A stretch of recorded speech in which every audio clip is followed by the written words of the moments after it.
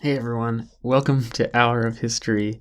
This week we have an episode that will leave you pondering the great depths of the ocean and one of its most famous mammals. You may have seen Blackfish in the recent years on Netflix, or you might know Shamu, but there's a whole lot more to learn about the story of the orca and how the people of the world have kind of changed their perspective towards this magnificent animal.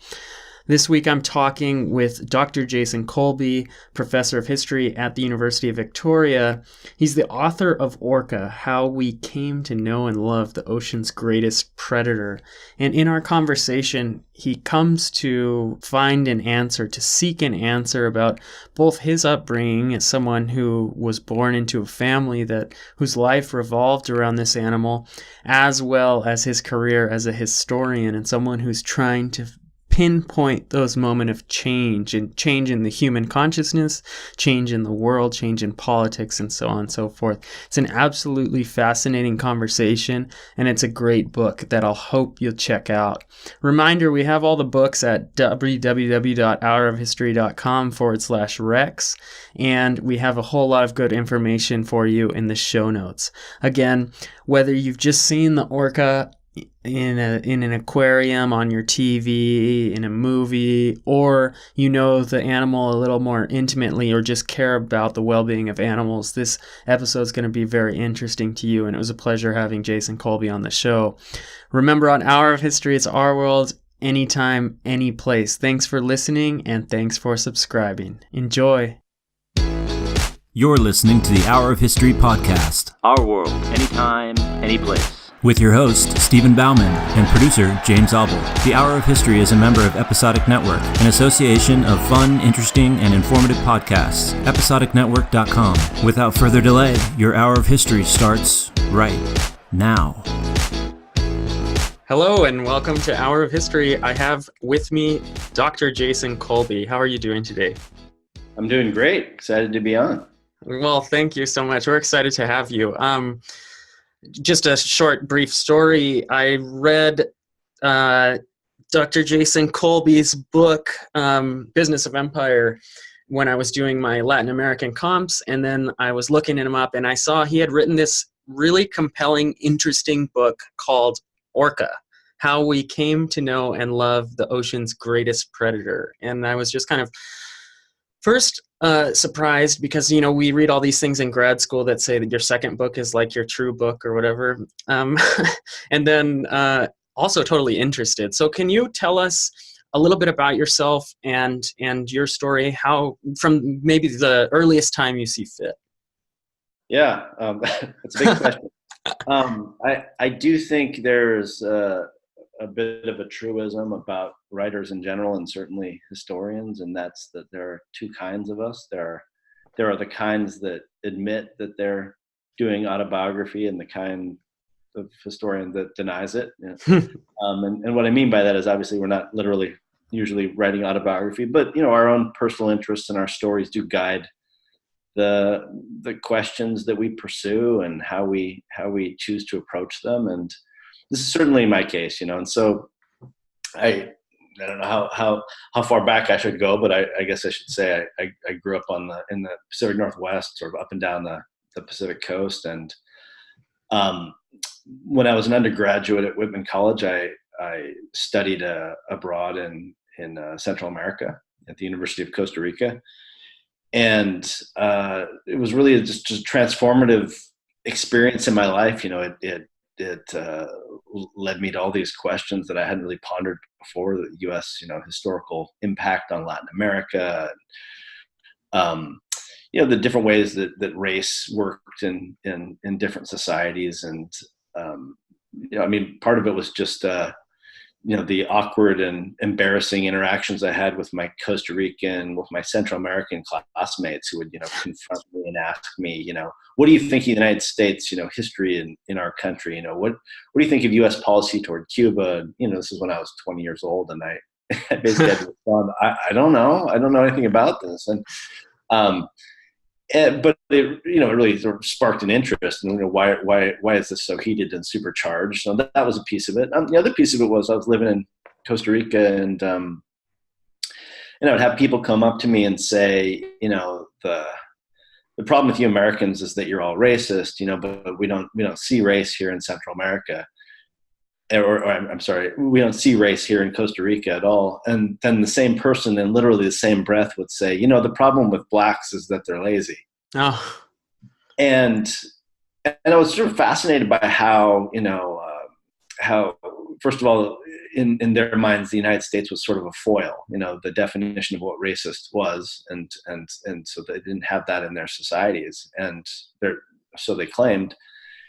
And so that was really fascinating to me on one level. And another level, obviously we're talking about my first project here, but on another level, I as I traveled through the kind of the old banana plantation areas in the Caribbean side of Costa Rica and Guatemala, and sort of my wanderings, I just became really fascinated with this strange, different, part of these Central American countries that none of the people in the sort of Central Plains and coffee areas even talked about, which were, these tropical areas with banana industries still, and many of the residents, local residents of Black West Indian extraction. And I was just sort of fascinated by this, and so that that sort of was bouncing around in my head when I came back as an undergraduate, and finally went on to graduate school, and ended up doing that as my research for my first book, which became The Business of Empire, and was really a fascinating journey for me to think through how the impact of this in particular, this large transnational corporation, the United Fruit Company, had not just exerted a kind of imperial power that all graduate students learn when they have to learn about the 54 coup, right? Yeah. But how, in a more profound way, how it remade the demographics and a lot of the social dynamics of the nations where it operated. And I'd say that my career at that point, I was, it's 2010, 2011, I'd finished that book. And as you say, your second, as you're joking, told your second book is the book you were meant to write, or your real book that you wanted to write. And I think like most young historians think, okay, I've done my one monograph, and now I sort of expand in that field, and pursue some questions that you couldn't quite do in that tightly defined monograph. And I was going to do that. I was going to do sort of a bigger kind of Caribbean, kind of U.S. imperial study, and especially sort of at its heart, putting Cuba at its heart, and the Cuban sugar industry. And it's funny, I was well on my way into that, and I just sort of had an epiphany, I guess, or whatever you want to call it, epiphany, a midlife crisis. And part of it was, I had moved back. I was previously, my first job was at UT El Paso in West Texas, and living around the Mexican border, and then I took a new job at the University of Victoria, right in the middle of the Salish Sea, as it's called, right in the borderland between Washington State and British Columbia, which is the area I'd grown up in. And in the process of being back here and wandering around and boating around, it really hit me that there was a story from where I came from that I needed to tell, and it was a story that had really deep family roots. Story of how I thought about my home region and the local environment and its sort of transnational aspects, and how we had changed over time. My family's roots and fishing industry, all these things.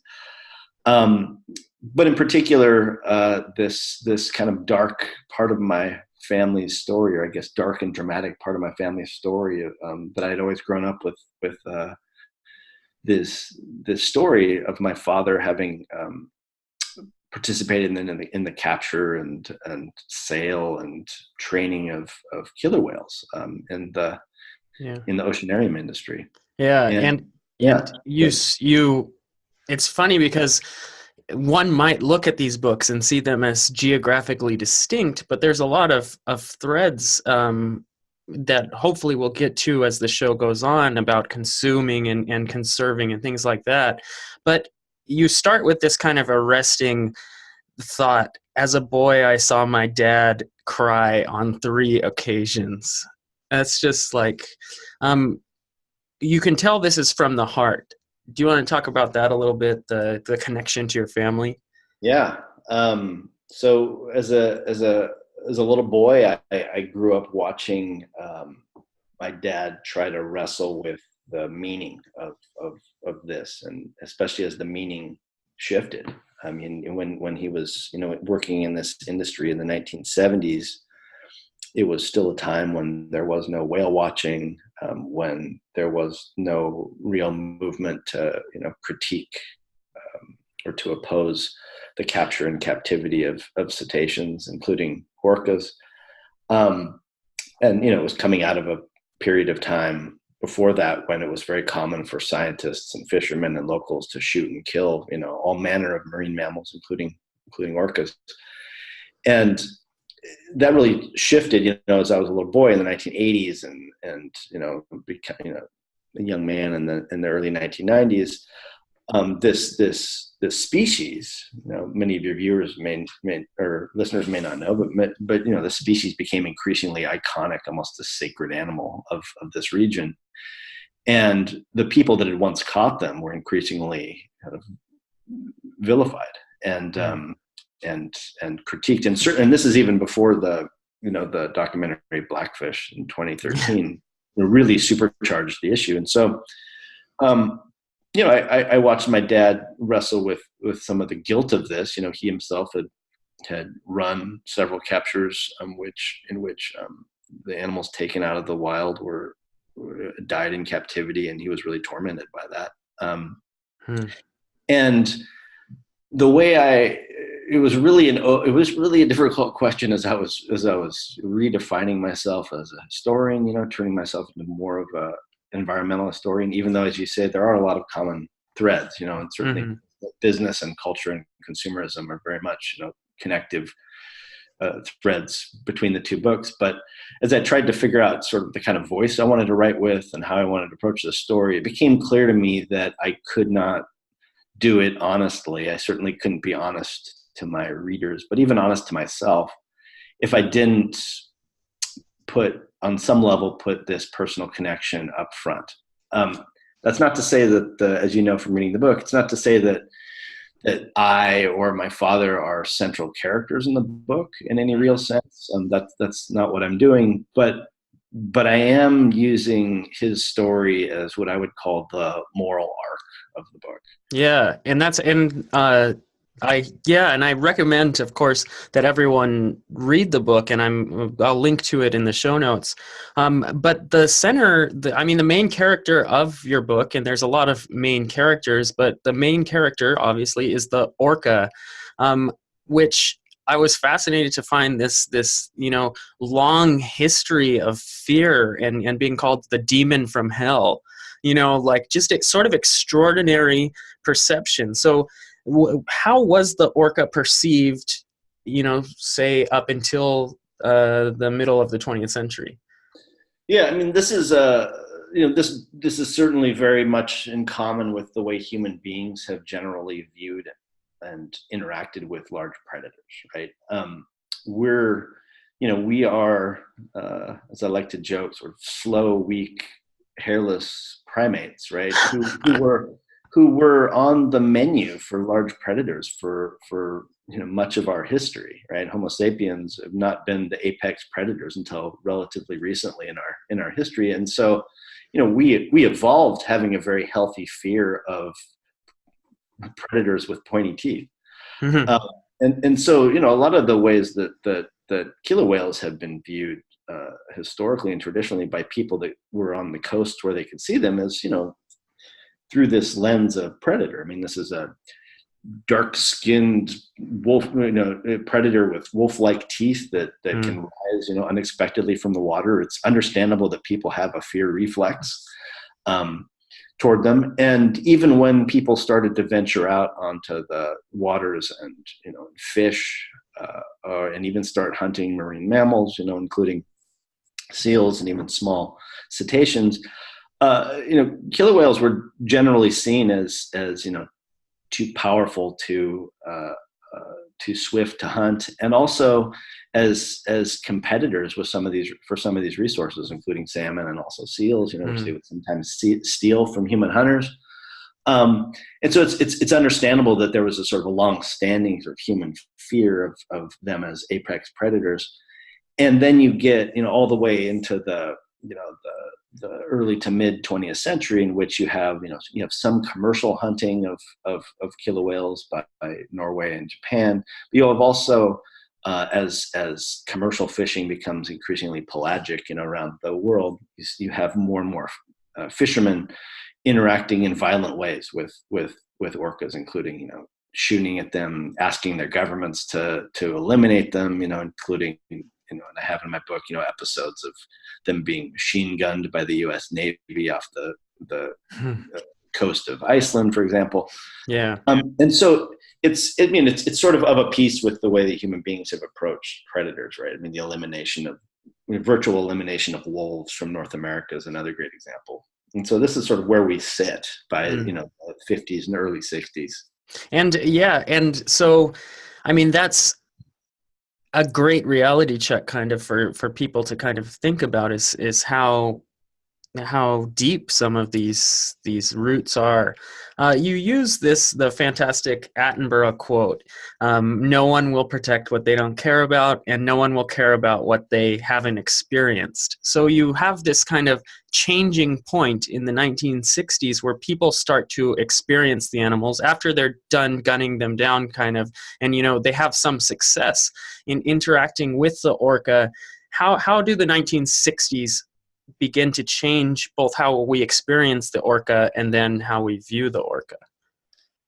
I think certainly at the heart of this dynamic is the process by which people, and this is familiar to anyone who's interacted with not just animals in captivity at a zoo or an aquarium, but also just animals we have in captivity that we call pets, right? Is that the animals that we interact with and even see and close up tend to take on a different aspect for us, and certainly larger mammals in particular.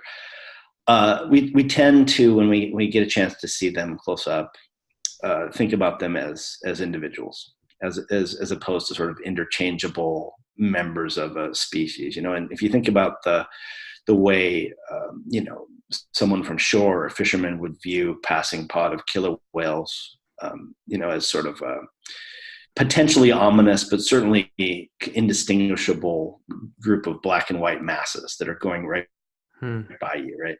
It's very different than when you get to see one particular animal. And in the case of, the first that are displayed in Vancouver and Seattle, Moby Doll briefly is a whale that's accidentally captured and brought to Vancouver for a couple of months. And then the whale Namu, who's the first whale that's displayed for a long period of time, first killer whale displayed for a long period of time. And this is on the Seattle waterfront.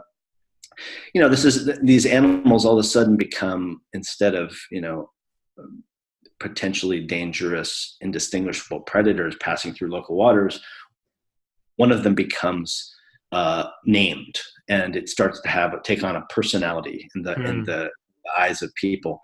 And certainly that's a huge part of the story, right? Once you start to name once you name an animal, you think about it as an individual. You also start to imagine this individual having potential social connections, which is a critical part of this transformation.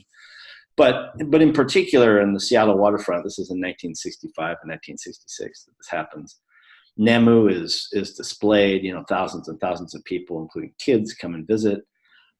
This is the first time, notably, that, at least for a sustained sense, that scientists are able to observe and study a live orca as opposed to going out and shooting and dissecting them, which was generally the way scientists interacted with them. But also critically, and this is probably the most transformative moment of them all. It's in the very end of the summer of 1965 that whale's owner, his name is Ted Griffin, the owner of the first Seattle aquarium, takes the then unimaginable step of jumping into the water with this killer whale, and scientists as well as other observers had assumed and had warned that if anyone got into the water with this apex predator, that it would tear them limb from limb. This is a similar assumption to if someone leapt into a tank with a bull shark, right? Mm-hmm. And to the shock of everyone, he's not torn limb from limb. And in fact, Namu, this large male orca, doesn't make any aggressive moves toward Griffin, and eventually lets him start brushing him. And they develop this relationship, this connection that is mesmerizing to not just, the paying customers coming to the Seattle waterfront, but mesmerizing to scientists, mesmerizing to other observers. And there's a feature story written in National Geographic on this called "Making Friends with a Killer Whale," and it really transforms the perception that people have of this predator. Yeah, and it's an extraordinary transition in the book where we go from this like hunt and capture of Namu with the family present, and like just an absolutely heartbreaking moment, kind of described as they're taking Namu out of this orca zone, and the humans don't know what's happening. They don't know what they're doing. They're like, oh, Namu's happy now kind of thing. And then a transition to kind of to swimming with Ted Griffin. It's really an extraordinary story, not to mention all of the additional changes that it begins to issue with scientists and people and that experience the animal. Ted Griffin's an interesting character, and one I've found in a number of environmental histories that I've read, whether it's like Theodore Roosevelt going out and hunting and also being this national park opening figure. Can you talk a little bit about the contradictions of this environmentalism, if you can even call it that? Yeah. Ted Griffin is, if the species of orca are the main character, so to speak, and they drive a lot of the story of the book.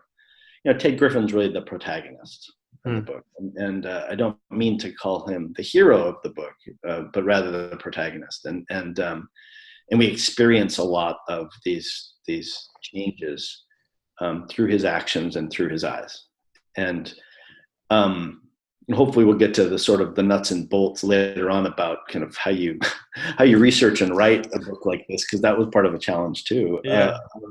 But Griffin is an entrepreneur that grows up in the area and in the Pacific Northwest. He's born in the mid 1930s. And is really what we would still recognize today as an animal lover at heart. I mean, he really is driven by this almost obsessive compulsion to try to connect with animals, and this defines a lot of his character. He's a really quirky guy in a lot of ways, but is really driven by this need. And he has this momentous encounter with an orca when he's in a rowboat right north of Seattle, when this large male orca comes up close to his rowboat, and sort of they have a moment, at least in Griffin's eyes, of connection. Mm-hmm. And he becomes really obsessed with coming up, making a connection to this feared species that he knows, he's fully aware, that fishermen are shooting on a regular basis in the area. And that's what leads him, to try to think about, how do you do this? How do you connect to them? How would you capture one and befriend it on almost a pet-like basis, right? And that is what leads him to ultimately buy Namu from the fisherman who had accidentally caught him and bring him to Seattle. So this is, Griffin is the man that's having this encounter with Namu. And on one level, you could certainly think about him on a really kind of individualist basis as a conservationist and wanting to help people connect to this predator in their local waters, and really very consciously wanting to play a role through his aquarium and through his displayed animals in helping children in particular feel like they can connect to animals. That was really in a lot of ways what drove him. On the other hand, like many entrepreneurs of this period and many entrepreneurs that we encounter, he's a bit of a libertarian and believes that, he knows best how to interact with these animals and how to help people connect to them. And it's in the process of playing that role historically, which I argue in the book is really momentous. He and Namu in particular, their relationship is really transformational. And it's what spurs, for example, the demand for orcas in the growing sector of the oceanarium and marine park business. So it's Griffin that first captures and sells an orca to SeaWorld, which becomes known as Shamu, which stands for She-Namu. And it's the excitement that he generates through Namu that creates this demand that he then starts to feed by capturing orcas alive in Puget Sound and starting to sell them to these marine parks. Two things to bear in mind about that are, one, that no one knew what we know now, which is, how fragile and small the population in the Pacific Northwest is and was. But also, from his perspective, the 1960s, mid 1960s, his mind, he wouldn't use this word, but I'll use this word, interacting with a captive orca was in many ways the most progressive kind of interaction that they could imagine, right? Wow. Because, the argument is not between whale watching and whale catching in that period, it's between whale killing and whale catching. And so he starts this transformation, but the transformation happens so quickly, and it's certainly related to the bigger kind of environmental changes that are going on and changing human views of animals and changing human views of whales, that in some ways it passes him by to the point where, as he continues this work, thinking that he's still contributing to this connection between humans and orcas, he becomes targeted by protesters who see his capture and removal of orcas as a danger, as a threat to this animal that he thought of himself as loving. Yeah, and it at the same time, right? You're right. There is people going by the thousands, the millions, to see these creatures, and seeing them the first time and developing whatever sort of personal connection they might make. And that's kind of the great irony of this whole thing, is how many marine biologists were created by a visit to SeaWorld. It's astonishing, and I'll just tell you. I mean, the number of I can't say all of the killer whale researchers that I interviewed had their aha moment through captivity, but nearly all of them did. Yeah. It was either reading that article by Griffin in National Geographic, which many of them cited as their moment they decided they wanted to study whales and study orcas, but also visits to the Vancouver Aquarium, the Seattle Aquarium, Sealand of the Pacific in Victoria, SeaWorld. These are kids, probably the greatest living student of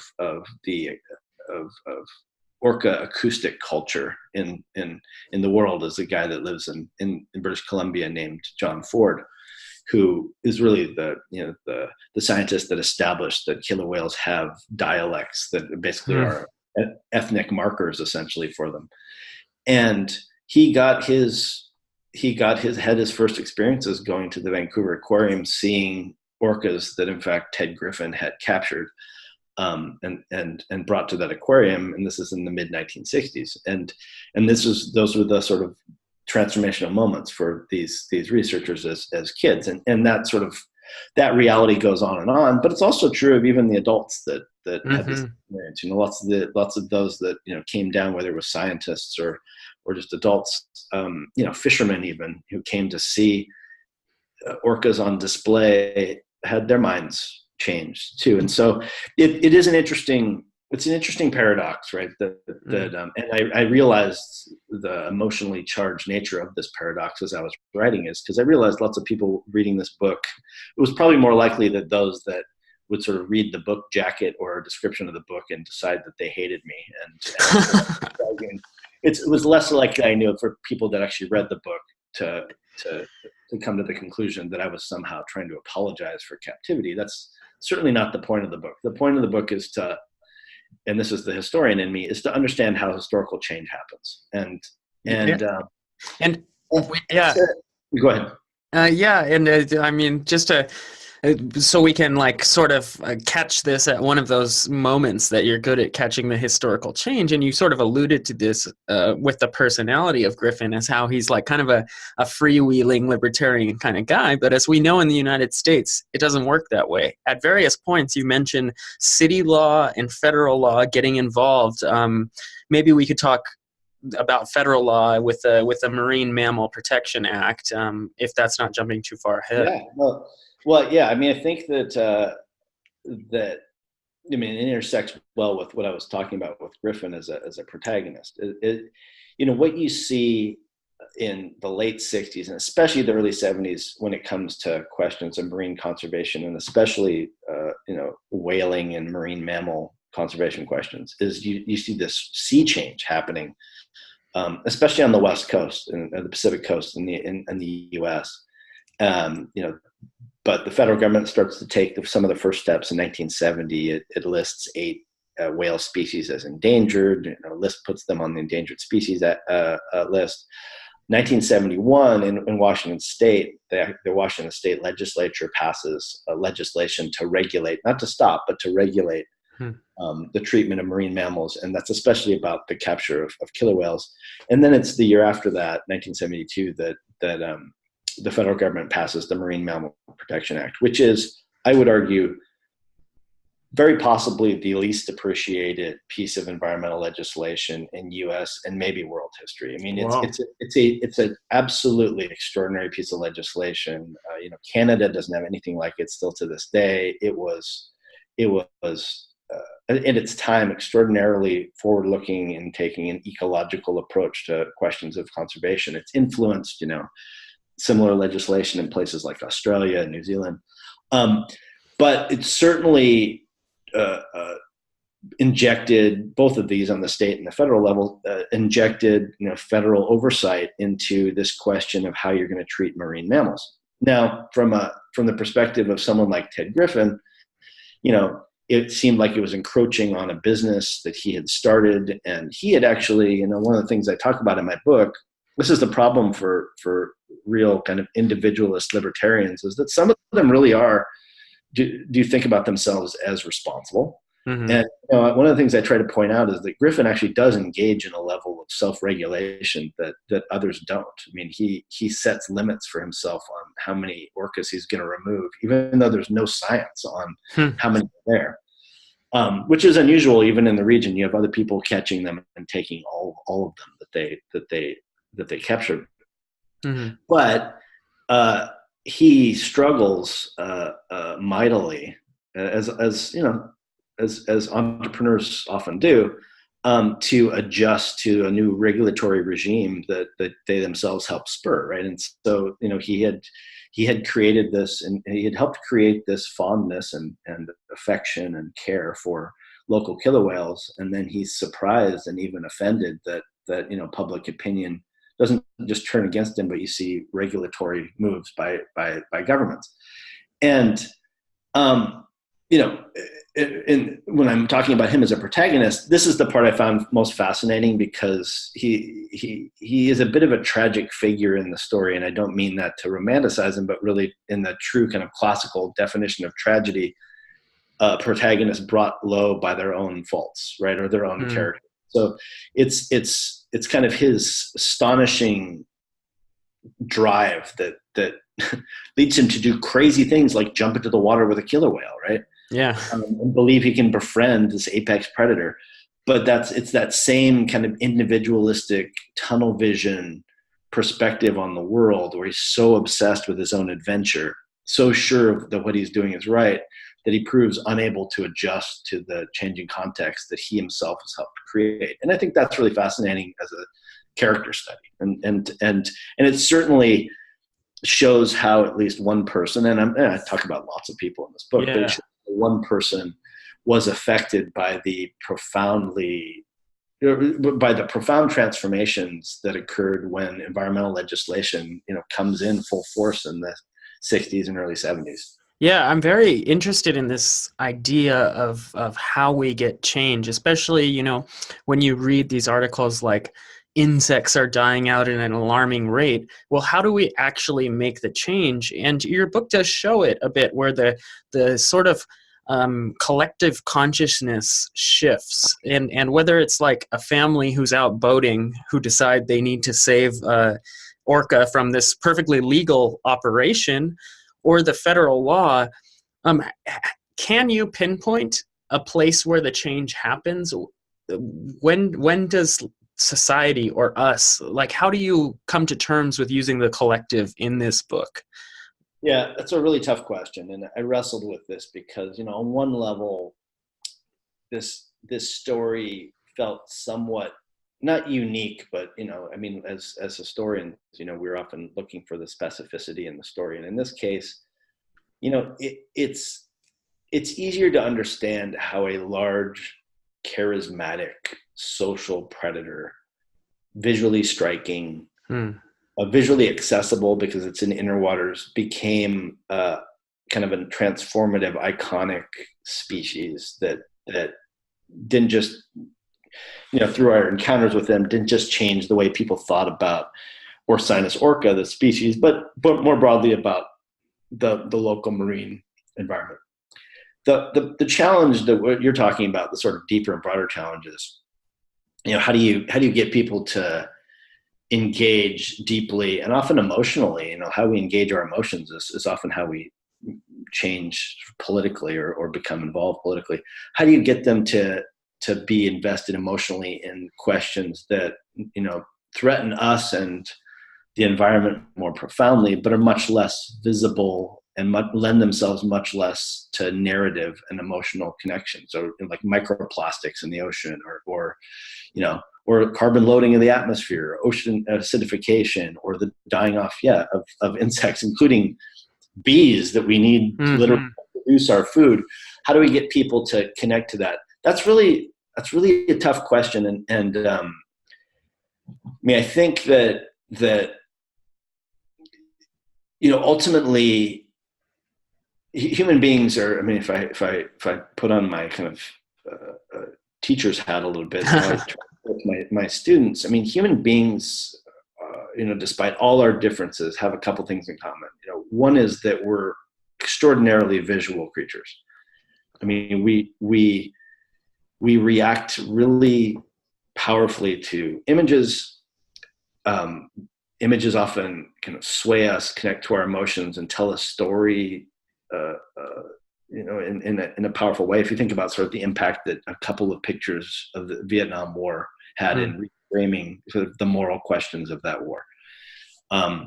Likewise, in this book, I struggled with the question of, how do you evoke through the written word a series of encounters that were incredibly visual and acoustic, right? And so how do you create the sort of at least a vibe of kind of energy and visual impact that this story had on people if you're just writing? Well, that's a big challenge period for getting people engaged. How do you get people to visualize the problem of insect die-offs or visualize the problem of ocean acidification? That's part of the question. The other thing that people all have in common is we like stories. We are storytellers, and we like listening to stories. And as much as we've changed, and much as our relationship with our technology has changed, people still love stories, even though people don't read very much anymore. And how you package that story to help people connect to these broader questions is the dilemma. Now, I will say that I've been thinking about this a lot lately. The question of consumption and social change. I will say that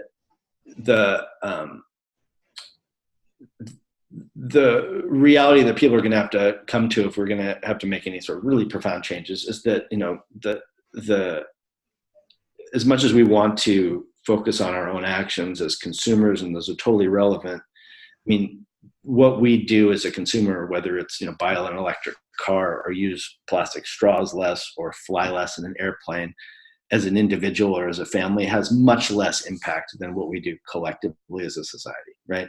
Yeah. So that's why a piece of my story like the Marine Mammal Protection Act is so much more important in conservation than the actions of a couple of individuals who stop shooting whales, for example. Is when we express our shifting values through our collective commitment through legislation and regulation, that's where we get there. So ultimately, I mean, one answer I have to that is the personal decisions we make as consumers is really important, yes, but the pressure we place on our political leaders to make actions, collectively, are much more important. And one of the major driving forces of this collective action, collective change, I mean, you've pinpointed one of them, like physical places and that emotional connection. Actually, you pinpointed a few of them, and photographs, certainly. But another one that's so important is Hollywood. And you mentioned them with Flipper and Free Willy. Certainly, Free Willy was a huge part of my childhood. It was one of the VHSs we owned, so we watched it all the time. And so to me, the orca was always this astonishingly beautiful, intelligent, smart creature that needed to be freed. How do we drive these kind of things? What is the role of Hollywood in this collective consciousness? Yeah, that's great. I mean, I have so many thoughts to throw at. I mean, I have a little bit of scatting I do on the importance of Free Willy toward the end of the book, and I'll answer your bigger question in a second. But I wanted to sort of say a couple of funny things about Free Willy. One of them is, as I try to point out in the book, the entire production of Free Willy, but also the plot of Free Willy, it hinges entirely on the access that human beings have to captive orcas. So the not just that the movie couldn't have been made without captive orcas, but the transformation of the boy, the protagonist, is only possible because this orca is there to interact with him, right, in a way that he never would in the wild. And so that's sort of one of the ironies I try to show, that even this Hollywood movie that everyone assumes is like the Blackfish before there was Blackfish, the great critique of captivity is in some ways rooted in the logic of captivity. And I mean, the other funny joke I wanted to at least add about that is when I was working as a fisherman in the Seattle area, they were making Free Willy 2, and they had the whale robots on the back of a boat, and there were people that would walk by. This is on the Duwamish River in Seattle, and they would walk by and see these whale robots in the back and be like, "Oh my God, there's captured whales on the back of that boat. We've got to get them off. They're gonna die." And they're Hollywood robots. But I think that's a great point. And Hollywood in its sort of feature films is really good at making these movies with individual emotional narratives that are packaged for people's emotional responses. It struggles more to produce certainly feature movies that tap into these broader questions that are actually the existential threats to us and our environment. So, documentaries seem to do a much better job of that than Hollywood movies. And I would argue, it's incumbent upon Hollywood to find a way to use the storytelling that they do for things like Flipper or Free Willy to actually connect us to the really important conservation questions. And I say that not to poo-poo, for example, the damage, the emotional and psychological damage that captivity does to any captive cetacean, including orcas. And anyone that reads my book, I hope, would not come away from it thinking I'm saying, it's nothing and we should celebrate and put more of them in captivity. That's not what I'm doing. But that's an entirely separate question from conservation. And whether you're talking about killer whales or whales or the oceans or our environment, I think it's really important to understand what the main issues are and where to focus our efforts. And so, as I say a couple times in the book, there's a danger of, for example, when people are so focused on the question of killer whale captivity, as they have been since Free Willy, and especially since Blackfish, they assume that somehow it will help save the world's whales or help save the world's orcas if we just march on SeaWorld. Mm-hmm. If we just free the whales, then that will save them. Well, freeing the whales and saving the whales are not even related questions, really. Mm-hmm. And actually, if you take away the moral question of captivity, and which is a totally legit moral question, and I have my own massive qualms about it, so don't get me wrong. But if you take the moral question of captivity out of it, then you have to acknowledge that sort of the captivity industry, certainly in its modern iteration, does more for conservation rather than damage to conservation. Meaning, it gives kids in Chicago the chance to see a beluga, mm-hmm. and which they'll never see in their lives. And whether we want to accept this or not, that is a more powerful experience than just sitting your kid in front of a TV and saying, "Watch this documentary." Right. And makes it more likely for them to care about, belugas dying of plastic or being the most, contaminated animals, cetaceans on Earth in the St. Lawrence River. So I do think it's useful to, if we care about these things, it's useful to ask, how do we use our storytelling abilities, not just to focus on something that's emotionally gratifying, because it's really emotionally gratifying. And, Blackfish does this really well, to say, like, those are the bad guys, uh-huh. the bad guys that took the whales and put them on display, and we're the good guys. And it's much harder to accept that, by driving to SeaWorld in your internal combustion car to protest, you've done significant amount of damage to the earth, right? And so, getting people to kind of think about what are the big existential threats, I think, is really important. Yeah, and then there you really put a finger on it there. And it goes back to the Attenborough quote of this idea that you have to experience it. And there was also in the Free Willy episode, this search for authenticity, where I have to see the Free Willy. I can't just see a killer whale. But I want to sort of keep going with this and ask a little bit about how you came to these conclusions and how you saw these things. Now, historians love to travel and they love to sort of go around and visit various archives, but you were doing a lot of human research, talking to people. Where did this take you, and what were some of the struggles in your research and writing process?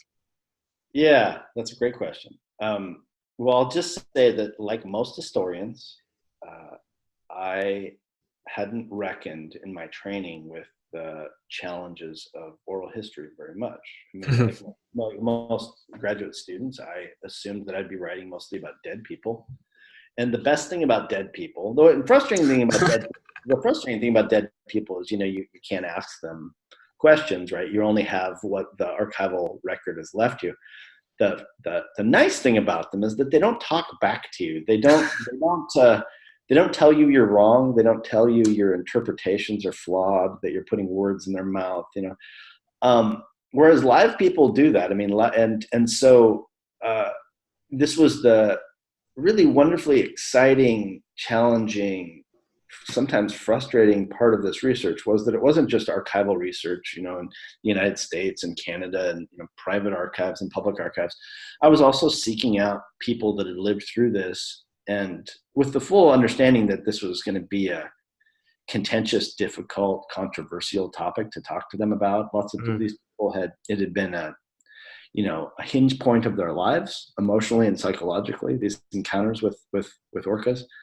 A lot of them didn't want to talk about it. And getting them to open up their memories and their lives with me was a challenge, but it was also an astonishing experience for me, growing as a person, as a historian, learning what it meant to look into someone's eyes and take the responsibility of their story and take care with their life in a way that I don't think I had thought about in my previous work. And so, I mean, one takeaway for me is I would urge every historian, certainly every graduate student, to find a way at some point in their careers to do oral history work, because it's really, we are humanists, and talking to humans should be a part of it. And so that was part of it. And more specifically, it was a challenge to get certain people to talk to me. I mean, I had to convince Ted Griffin that I was not, one more person out to paint him with horns on his head. The demon that started the enslavement of killer whales. And I had to convince them that I was interested in this as a historian. I was interested in this in the process, as a process of change. And I also brought to this, I mean, and it's funny how often this question comes up. Interviewers have asked me, I know you wouldn't ask me this, but interviewers have asked me, well, how can you be sure you would be objective in your approach to this? And well, I'm not sure that you're going to be able to be objective. And of course, most historians and history students know that's a canard. Right? I mean, have you ever met an objective person in your life? No. Right. Our personal experiences lead us to the questions that interest us in the first place, right? And so, obviously, there's a difference between being objective and being responsible and true to your sources and as true to your story as you can be. And for me, I certainly drew on my own personal experiences as a boy of being around animals lots, and being in captive settings lots, and knowing how much that affected me. And so that did lead me to ask some questions, I think, that might not have occurred to other interviewers. But at the same time, I was consistently struck by how many times I walked out of interviews thinking, wow, I hadn't thought of that. Or I'm going to really have to rethink this person or the role of this event in people's lives, or how this took place. Obviously, you're dealing with the squirrely nature of human memory as well, right? But that was powerful. And when I sat down to actually write this book, the sense of responsibility I had, I remember when I first set out to research it, I remember thinking, oh, I'm going to have to be a responsible historian and be honest to my readers about this family connection and do my very best to tell this story in the best of my ability as the way,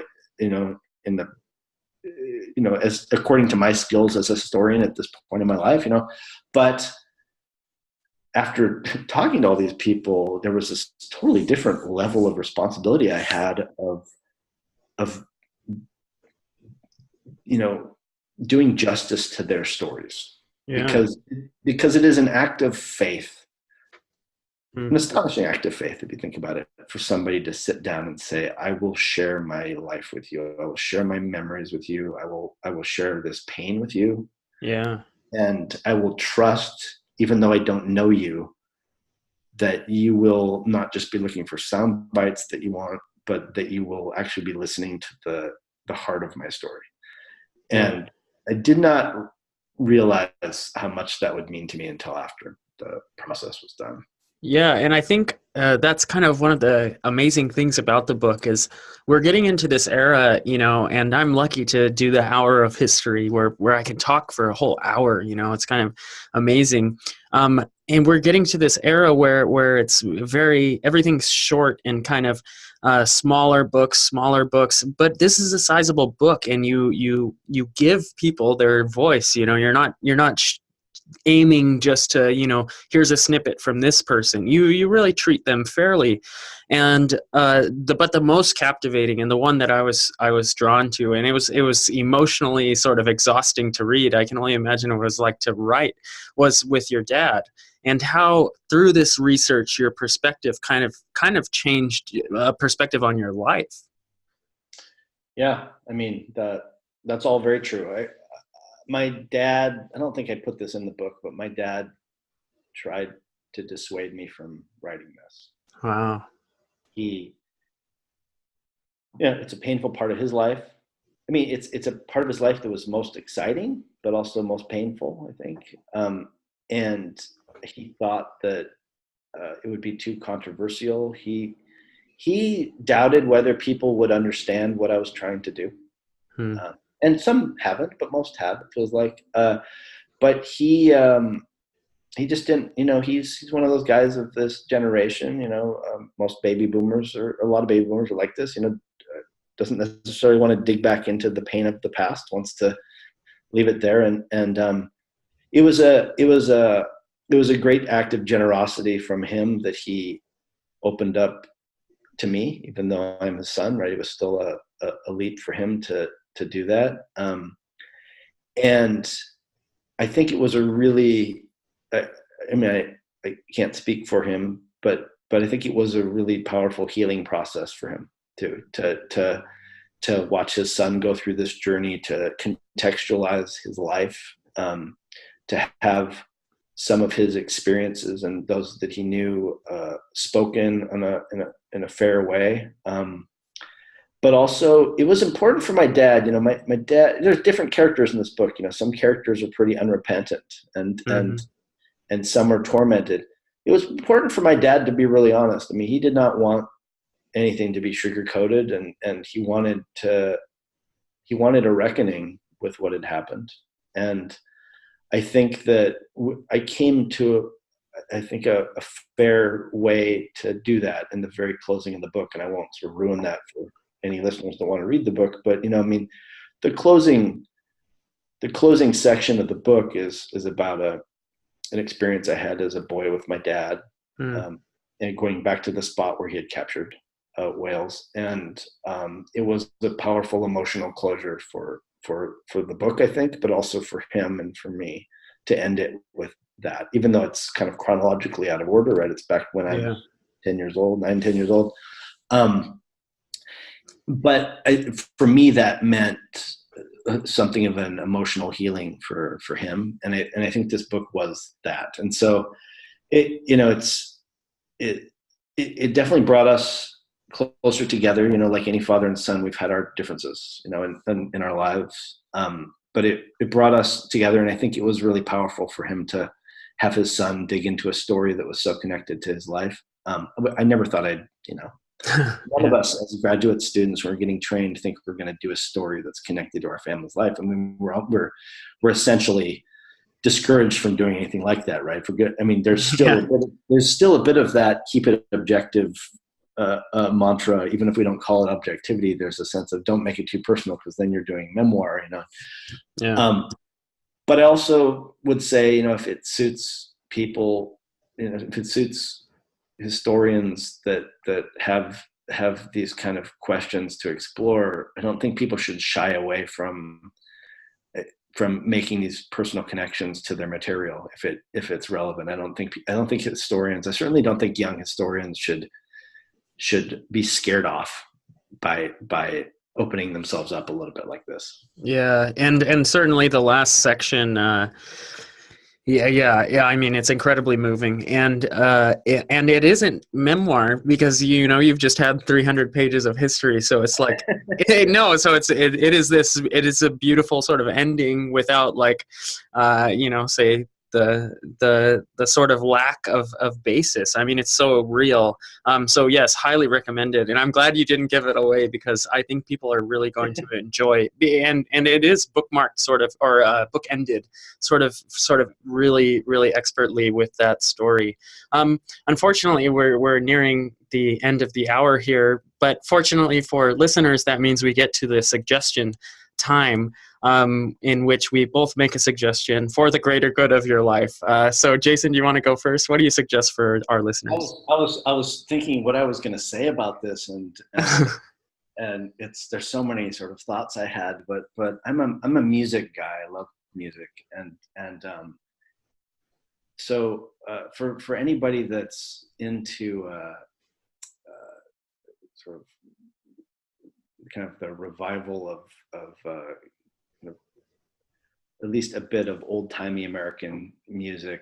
I'm a huge fan of a musician and singer who was once a member of the band, the band that was called the band, named Levon Helm, who does just sort of astonishing. I mean, he's passed away now, but did really astonishing kind of revivals of that genre of music. And so I would recommend your listeners look up Levon Helm, and if they want sort of an immediate sense of the kind of stuff he does that's really going to make you feel good, there's a song he has called "Feeling Good."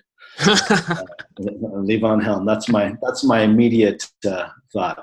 That's a fantastic suggestion. Wow. And that's for you too. No. I'm just thinking about the concept of musicians. I've been thinking about this a lot, but people who tend to be into music seem to be able to get a rhythm to their writing that others are unable to find. And that's something that I'll look into later, but people who like music seem to just have a great pace to their writing, as you do. My suggestion, my suggestion is, it's not a cetacean, but it is a mammal of the sea. It's the manatee. And now I'll take just a couple seconds for my story. You know, I did zoo camp as a young lad, and one of the zookeepers, you know, I loved it. The giraffes and the tapirs and things at the Fresno Chaffee Zoo. But one of the zookeepers told me about her experience swimming with manatees, and it just never left my mind. And, you know, finally when I became an adult and had enough money to go to Florida, Crystal River, Florida, and swim with the manatees, I did it, of course. And it was just such an unforgettable experience. And I have a lot of parallels with this orca book, because I've too gone through this transition of, you see these boats full of people going and swimming with the manatees, and it's like this, you know, just this double-sided. All of these people are at the same time realizing what an incredible creature it is, but also, you know, we're like hovering around them, you know. Yeah. I mean, that's a great suggestion, and I would say that, you know, and then the deeper piece of that story, that connection, is that those people that go swim there, they become more likely to care when you know, there are problems like boat strikes of manatees in Florida, you know, and so Totally. it is a really complicated question. One little tidbit I'll give you about manatees, I'm sure you know this, but maybe your listeners don't, is that manatees are wonderfully kind of socially connective and caring. And one illustration of this is that female manatees in captivity can spontaneously lactate and feed babies that are not their own. Jeez. So there's how's that for love? It's amazing. So there's a female manatee about 60 years old, believe it or not, at the Miami Seaquarium, who has nursed for decades orphaned and injured manatees that have been brought there, and so and it's just amazing. And if you get a chance, you know, like, even if you are consciously saying, no, I'm not going to swim with them, you can go down the river to Homosassa Springs and look at the rehabilitation center, where there's like a great opportunity to look at these manatees who are being brought back from boat attacks, and you don't have to swim with them. Absolutely. Yeah. So anyway, excellent suggestions. Orca, How We Came to Know and Love the Ocean's Greatest Predator is a fantastic book. It will be linked to in the show notes. Thank you so much, Jason Colby, for joining us on Hour of History. Thank you so much for having me on. On Hour of History, it's our world, anytime, any place. Thanks. Thanks again for listening. Make sure to check out hourofhistory.com/Rex for all the recommendations mentioned during the show. That's hourofhistory.com/RECS. And if you still haven't gotten your fill of the Hour of History, be sure to head over to our blog at hourofhistory.com/blog, where you'll find topics that were covered in the podcast as well as others. And that concludes this week's episode. We thank you again for listening, and we hope to have you back here next week at the Hour of History podcast.